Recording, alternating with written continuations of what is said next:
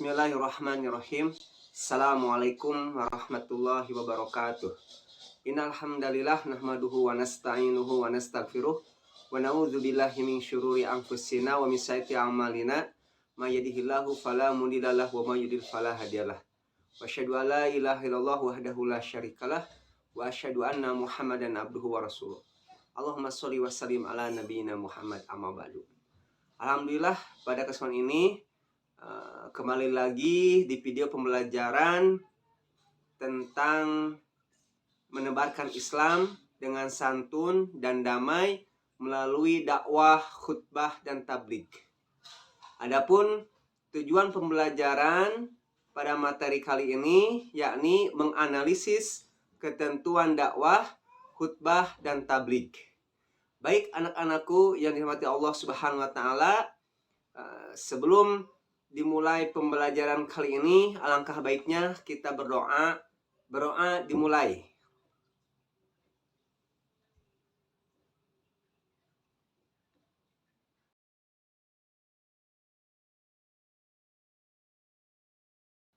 Alhamdulillah, pada video kali ini kita akan membahas bab tentang menebarkan Islam secara santun dan damai melalui dakwah, khutbah, dan tabligh.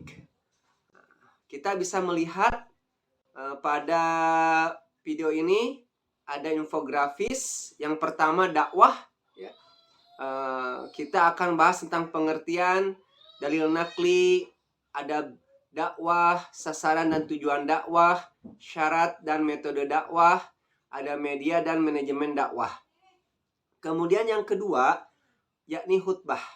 Kita akan membahas tentang pengertian, syarat khutbah, syarat yang terdapat pada khutbah yakni khatib, syarat dua khutbah, rukun khutbah, sunnah khutbah, adab sholat Jumat, adab sholat Idul Fitri dan Idul Adha, praktik khutbah. Dan yang ketiga adalah tabligh. Kita akan membahas perihal pengertiannya, dalil nakli, ketentuan tabligh, tata cara tabligh, dan praktek tabligh. Baik anak-anakku yang dirahmati Allah Subhanahu wa taala, bahwa yang pertama dakwah. Dakwah, pengertian dakwah merujuk dari arti bahasa. Kata dakwah merupakan masdar atau kata dasar dari kata da'a yad'u dakwatan, yang mempunyai arti mengajak, memanggil, dan menyeru untuk hal tertentu.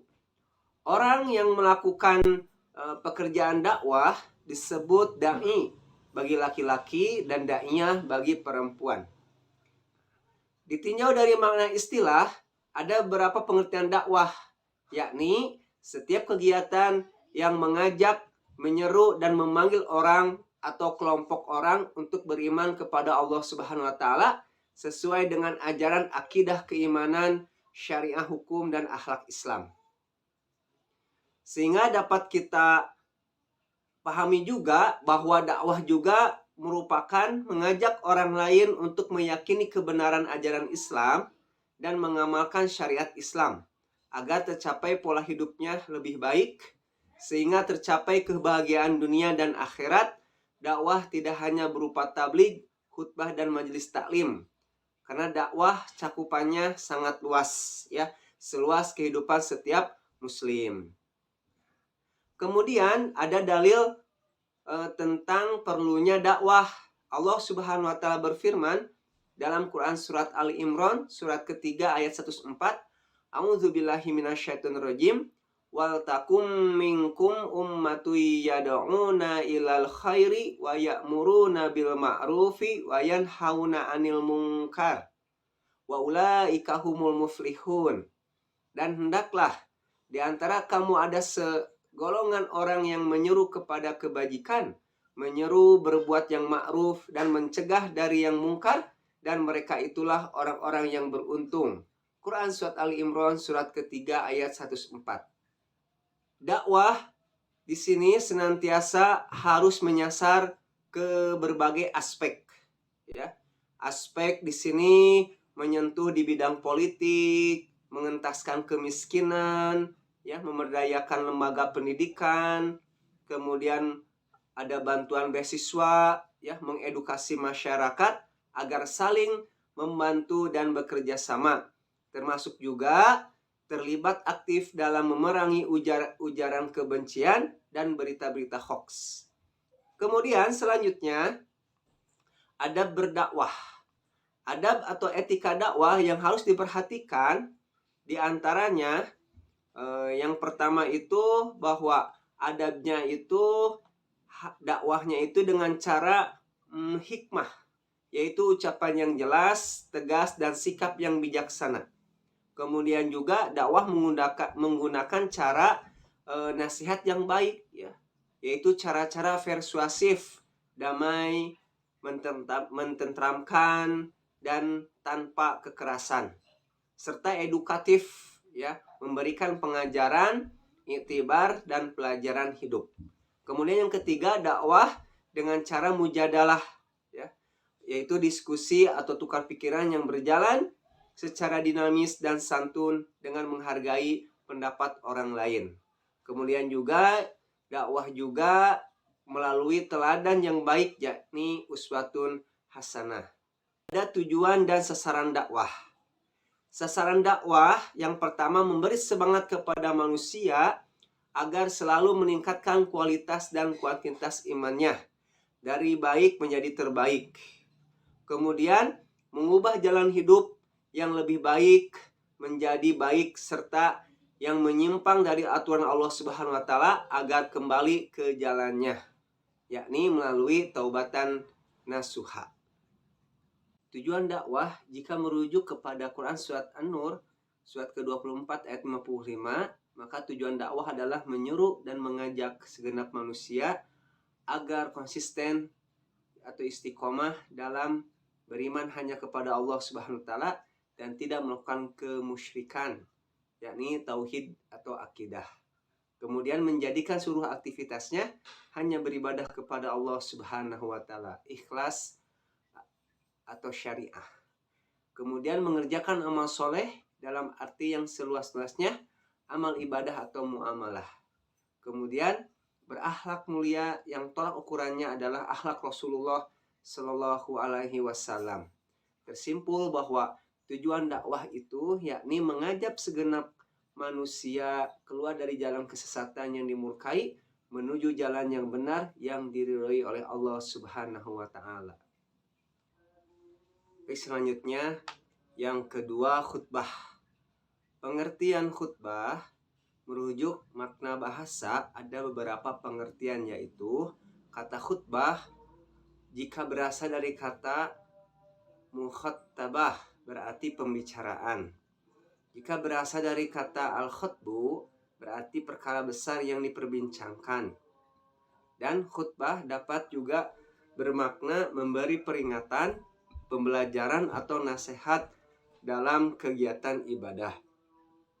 Sedangkan jika ditinjau dari pengertian istilah, khutbah adalah menyampaikan pesan tentang takwa sesuai dengan perintah Allah Subhanahu wa taala dengan syarat dan rukun tertentu. Kemudian kegiatan menasehat yang disampaikan kepada kaum muslim dengan syarat dan rukun tertentu yang erat kaitannya dengan sah atau sunnahnya ibadah. Sedangkan orang yang melakukan khutbah dikenal dengan istilah khatib. Perlu kita ketahui, ya, pelaksanaan khutbah jika dikaitkan dengan sholat dapat dikelompokkan menjadi 3 bagian. Khutbah yang dilakukan sebelum sholat, misalnya khutbah Jumat. Sedangkan khutbah yang dilakukan sudah sholat, ya, seperti sholat Idul Fitri, Idul Adha, sholat khusuf, sholat kusuf, kemudian sholat istisqa, dan khutbah saat wukuf di Padang Arafah, yakni tanggal 9 Zulhijjah. Dan yang terakhir, khutbah yang tidak berkaitan dengan sholat, misalnya khutbah nikah. Ada yang perlu diperhatikan di dalam ketentuan khutbah, yakni tadi yang dijelaskan jika dikaitkan dengan sholat. Yang selanjutnya adalah syarat khatib. Di sini syarat khatib diantaranya Islam yang sudah balik dan berakal sehat, mengetahui syarat, rukun dan sunnah khutbah, suci dari hadas, baik badan maupun pakaian, serta auratnya tertutup. Tartil dan fasih saat mengucapkan ayat Al-Quran dan hadis. Kemudian memiliki akhlak yang baik dan tidak tercela di mata masyarakat. Suaranya jelas dan dapat dipahami oleh jamaah. Kemudian berpenampilan rapih dan sopan. Itulah syarat khatib. Adapun syarat-syarat dua khutbah, ya, di sini yang pertama, khutbah sholat Jumat dilaksanakan sesudah waktu zuhur. Khutbah dilakukan dengan berdiri, namun jika tidak mampu maka boleh dilakukan dengan duduk. Duduk sebentar di antara dua khutbah. Kemudian suara khutbah harus jelas dan dapat didengar oleh jamaah. Kemudian tertib, yakni dimulai khutbah pertama dilanjutkan ke khutbah kedua. Kemudian rukun khutbah. Rukun khutbah diantaranya membaca hamdalah pada kedua khutbah, membaca sholawat kepada Nabi Muhammad SAW, berwasiat tentang takwa, membaca satu atau beberapa ayat suci Al-Quran pada kedua khutbah. Ayat yang dibaca biasanya disesuaikan dengan topik yang akan disampaikan. Kemudian berdoa pada khutbah kedua untuk memohon ampunan, kesejahteraan dan keselamatan bagi kaum muslimin dan muslimat baik dunia maupun di akhirat. Selanjutnya ada sunnah khutbah. Yang pertama, sunnah khutbah itu memberi salam pada awal khutbah dan menghadap ke jamaah. Yang kedua, khutbah disampaikan di tempat yang lebih tinggi atau di atas mimbar. Khutbah disampaikan dengan kalimat yang jelas, sistematis dan temanya disesuaikan dengan situasi dan kondisi aktual yang saat itu terjadi.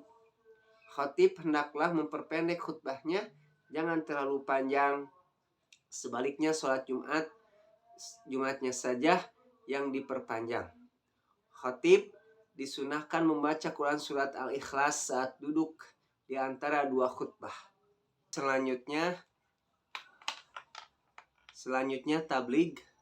Pengertian tabligh menurut tinjauan bahasa, kata tabligh berasal dari kata balago, yubaligu tabligon, yang artinya menyampaikan atau memberitahukan pesan atau ceramah secara lisan atau perkataan. Makna lainnya adalah ceramah yang tidak disertai dengan rukun seperti khutbah. Jika ditinjau dari pengertian istilah, tabligh memiliki beberapa makna. Yang pertama, menyampaikan aturan Islam, baik dari yang termaktub dalam Al-Quran maupun hadis yang ditunjukkan kepada umat manusia. Kemudian menyampaikan ajaran Islam kepada umat manusia untuk dijadikan pedoman agar memperoleh kebahagiaan dunia dan akhirat. Bagian dari dakwah Islamiyah dalam bentuk khusus, lisan dan tulisan, untuk disampaikan kepada pihak lain. Menyampaikan pesan Allah Subhanahu wa Ta'ala secara lisan kepada satu orang atau lebih untuk diketahui dan dipahami, lalu diamalkan isinya. Yang kelima, sebuah profesi yang dilakukan untuk menyampaikan atau menyiarkan agama Islam kepada umat. Jadi dapat disimpulkan bahwa tabligh merupakan bagian dari dakwah. Tabligh lebih banyak berisi pesan atau ceramah lisan dan perkataan, sementara dakwah lebih luas, tidak hanya lisan tetapi juga perilaku dalam kehidupan sehari-hari. Dalil adanya tabligh, Allah Subhanahu wa Ta'ala berfirman di dalam Quran surat Al-Ahzab surat 33 ayat 39, alladzina yuballighuna risalatillahi wa yakhshawnahu wa la yakhshawna ahadan illallah wa kafa billahi hasiba. yaitu orang-orang yang menyampaikan risalah-risalah Allah, para rasul yang menyampaikan syariat-syariat Allah kepada manusia. Mereka takut kepadanya dan tidak merasa takut kepada siapapun selain kepada Allah. Dan cukuplah Allah sebagai pembuat perhitungan. Quran Surat Al-Ahzab surat ke-33 ayat 39. Adapun ketentuan tabligh, yang pertama dilakukan dengan cara yang sopan, lemah lembut, tidak kasar dan tidak merusak. Menggunakan bahasa yang mudah dimengerti oleh jamaah, mengedepankan musyawarah dan berdiskusi. Kemudian materi tabligh yang disampaikan harus mempunyai rujukan yang kuat dan jelas sumbernya. Disampaikan dengan penuh keikhlasan dan kesabaran, sejalan dengan situasi dan kondisi masyarakat termasuk aspek psikologis dan